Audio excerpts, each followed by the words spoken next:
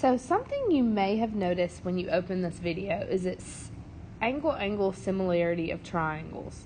This is something that we've actually kind of previously talked about when we were trying to discover if two triangles were congruent. Well, the difference here is that we're not trying to figure out if they're congruent, because we know that if two triangles are similar, they're not congruent. They don't have the same size. But what we can do here is use two angles of a triangle that are congruent to two corresponding angles of another triangle and know that the triangles are going to be similar to one another.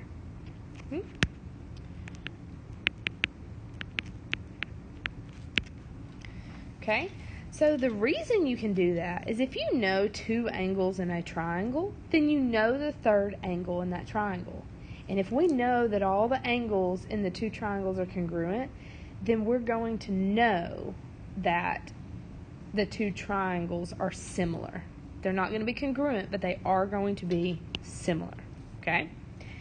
So, for instance, we have these two triangles here, and if we know that J is congruent to angle Q, and we know that angle K is congruent to angle R, then in that case, we now know that angle S is congruent to angle, I don't even know what that is behind what I've written. So, it's congruent to that angle. I believe it's JKL. Yes, L. Okay? Then we know that L is congruent to S. And because of that, we're going to know that the triangles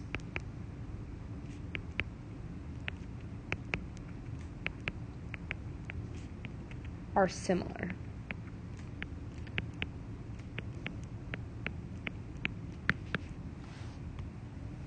Okay? Okay, so I briefly want to mention really quickly that I forgot on the guide that I gave you to include the fact that AB here is parallel to DE. Okay, so those two things are parallel, and I should have mentioned that in the guide, but at some point in time I forgot. But that is our given. So our given is AB is parallel to DE.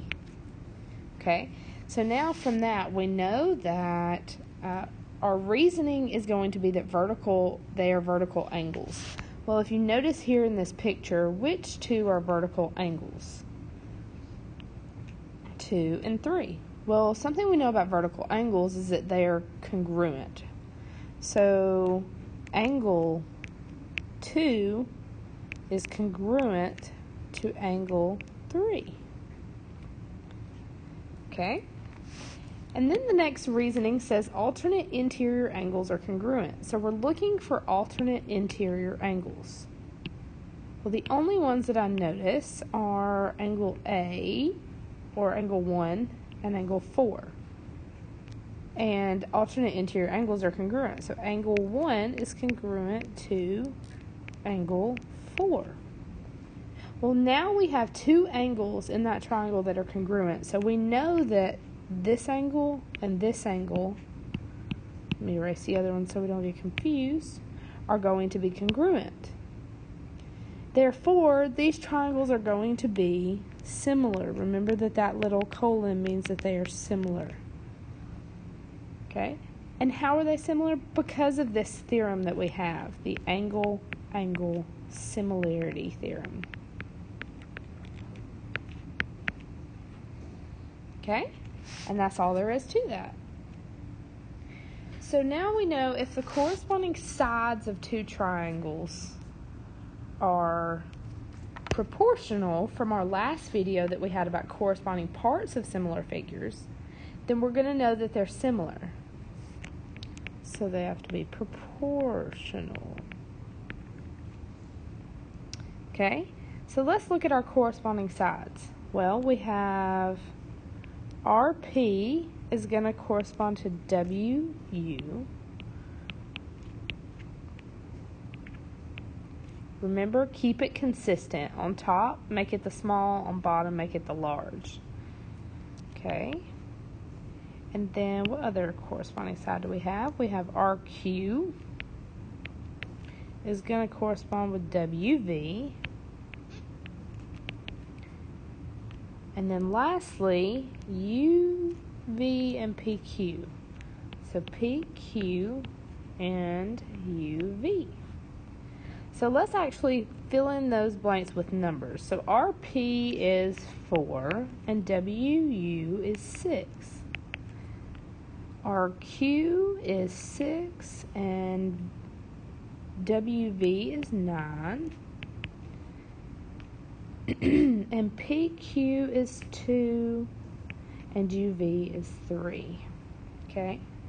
So if you notice, all of these can be reduced to 2/3. And all of those are equal. Therefore, the ratio is 2/3. I would like for you to pause this for just a moment, and then we will come back to it. So we're trying to find missing measures in these figures, and WY, we're trying to figure out what WY is equal to. Well, here we know that the corresponding sides of MN and XY, the proportion is 8/10. Okay, so what is our proportion going to be for WY?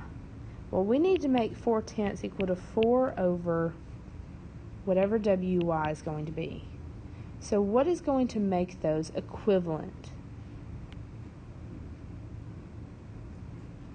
You might be saying WY would need to be 5. Okay? LM, the same rule applies. It needs to be corresponding to XW. Well, what's going to make that the same? 8/10 to something 15ths. Okay, and so you may be saying 12. So LM would need to be 12. Okay, I will catch you in the next video.